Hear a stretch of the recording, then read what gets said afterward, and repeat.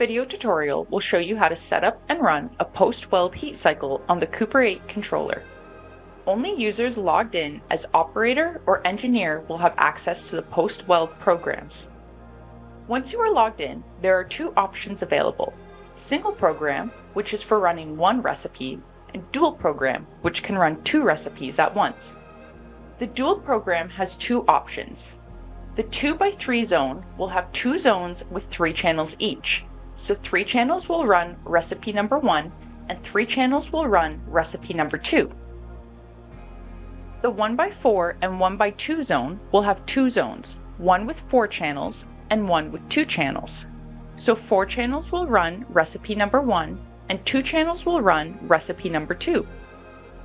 We are going to run a post-weld heat cycle using one recipe, so we will select the single program button.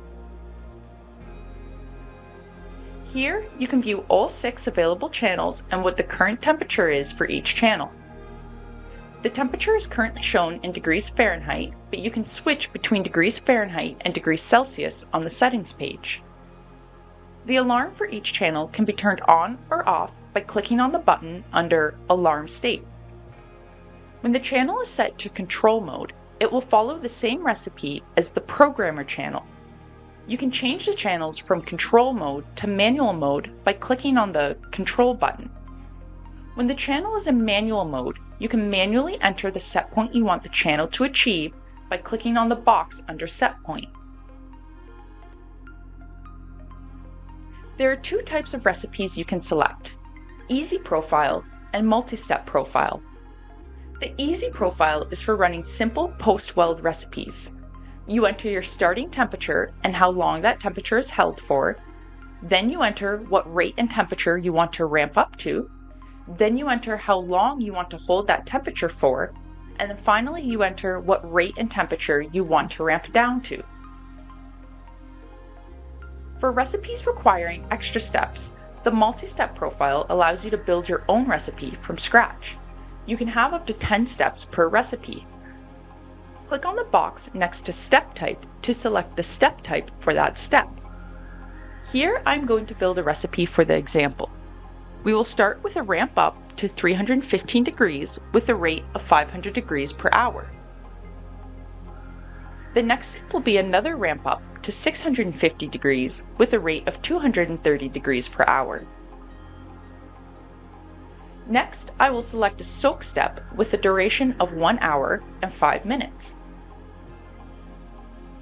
Next, we will ramp down to 315 degrees at a rate of 330 degrees per hour. Finally, the last step must be an end step.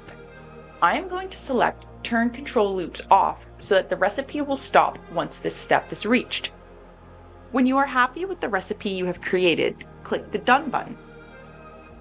Once you have either the Easy Profile or the Multi-Step Profile set up, click the Play button to start the channels. The cycle name will be automatically generated for you, but you can enter your own cycle name if you wish.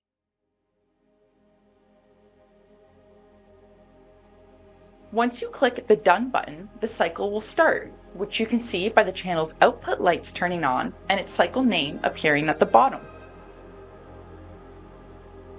Once the recipe has completed all of its steps, it will automatically stop the heat cycle.